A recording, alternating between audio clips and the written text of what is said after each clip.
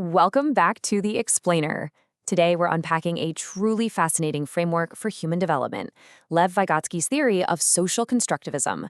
We're going to look at how our interactions with society literally shape absolutely everything we know, everything we learn, and ultimately who we become. So how do we actually construct knowledge? Think about a time you learned something entirely new. Let's say learning to ride a bike. Did you just figure it out completely alone in a vacuum, totally isolated from the rest of the world? Or, did you rely on someone holding the seat, guiding your balance, and telling you to keep pedaling? Honestly, how we acquire knowledge is one of the most profound questions in psychology, and the answer fundamentally changes how we approach education and self-improvement. Okay, let's dive right in by meeting the brilliant mind behind all of this, Lev Vygotsky. He lived from 1896 to 1934, and he totally challenged this traditional idea of the lone genius, right? Instead of seeing learners as isolated computers just processing data on their own, he proposed that human development is completely inseparable from society. He argued that learning is this deeply social, communicative process. We don't just passively absorb information. We actively share it and build understanding within culturally formed settings. Here is our roadmap for making sense of this theory today. We're going to cover 1. The social learning engine, 2. 4 pillars of constructivism, 3. Language and internalization, 4. The learning sweet spot, and 5. Building the scaffold. Let's kick things off with Section 1, the social learning engine. Now, it's super important to clearly separate social constructivism from a very similar sounding theory, social cognitivism. So, while social cognitivism suggests that learning is shaped largely by simply observing others in a social setting, Vygotsky's social constructivism goes a massive step further. It states that knowledge is actively built through social interaction and cultural context.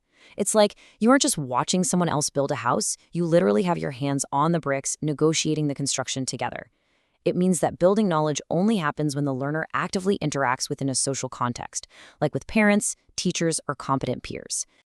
Moving right along to Section 2, 4 pillars of constructivism. All right, here are the 4 basic principles you absolutely need to know. First, children construct their knowledge with the help of society. Second, development simply cannot be separated from its social context. Third, learning can actually lead to development. And fourth, language plays a central role in mental development. So the really crucial takeaway here is that learning isn't just some automatic byproduct of growing up and getting older. No way. Instead, actively interacting and communicating with the world literally pulls our cognitive development forward. Think of how a baby playing peekaboo is actively stretching their cognitive understanding of object permanence. It's pretty amazing. Which brings us to Section 3, language and internalization. So if learning happens socially, how exactly does the outside world get inside our heads? Well, Vygotsky called this process internalization. According to his theory, all knowledge originates in a social context first. Once a mental function has been culturally and socially negotiated out there in the real world, it becomes available to be internalized. Think of it kind of like downloading society's software directly into your own brain.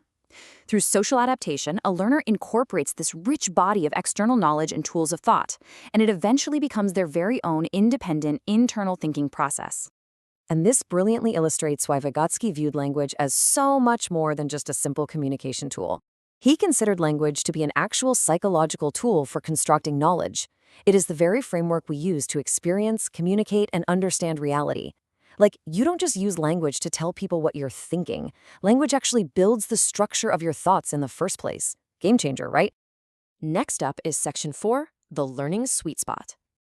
Okay, the data here shows us that your level of independent performance, which is basically what you can do completely on your own without a single ounce of help, accounts for approximately 75% of your capacity. That leaves a highly valuable, untapped 25% gap just waiting to be unlocked. That 25% gap? That's what Vygotsky famously called the Zone of Proximal Development, or ZPD. You're going to want to pay close attention to this concept because the ZPD is the absolute ideal zone for learning to occur. It's the exact difference between your capacity to solve problems entirely on your own and your capacity to solve them with a bit of assistance. It is the sweet spot right between boredom, where a task is just too easy, and frustration, where a task is totally beyond your reach, even with help. Intentional learning is entirely limited to this specific magic zone. And this creates a really clear journey of growth. You start at step 1, your level of independent performance. Then you step into step 2, the ZPD, where you're stretched beyond your current abilities. Finally, with the right support, you reach step 3, your level of maximally assisted performance. This perfectly traces how you travel from what you can do today to what you can achieve tomorrow. Finally, we arrive at section 5, building the scaffold. So, how do we actually cross that gap? How do we successfully navigate the ZPD and reach our absolute maximum potential? Well, the answer is scaffolding. Just like construction workers erecting those temporary physical structures to build a massive skyscraper, educators and peers use mental scaffolding to build up a learner. It's the targeted support given to an individual to help them sail right across that zone of proximal development. The entire goal is to provide this framework so the learner can grow in independence, eventually allowing you to just remove the scaffold entirely so they can stand on their own 2 feet. Now, notice that these scaffolding strategies aren't about doing the heavy lifting or just solving the problem for the learner. If you do all the work for them, literally zero internal development happens. Instead, scaffolding means providing exactly enough targeted assistance to let them bridge the gap themselves. This could mean providing subtle clues, giving gentle reminders, offering some encouragement, breaking a massive problem down into smaller, bite-sized steps, or simply providing a clear example. It's exactly like holding the seat of that bicycle until the rider finally finds their own balance. And who provides this scaffolding? Vygotsky called them the MKO, the more knowledgeable other. These are the absolute heroes of your learning journey.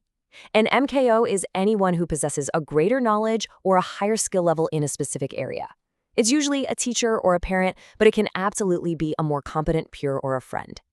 They're the ones who spot you in your ZPD and provide the precise scaffolding needed to pull you completely through it.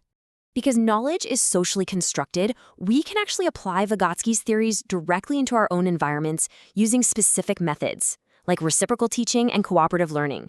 In reciprocal teaching, students actually take turns stepping into that MKO role, leading discussions to improve their collective reading ability.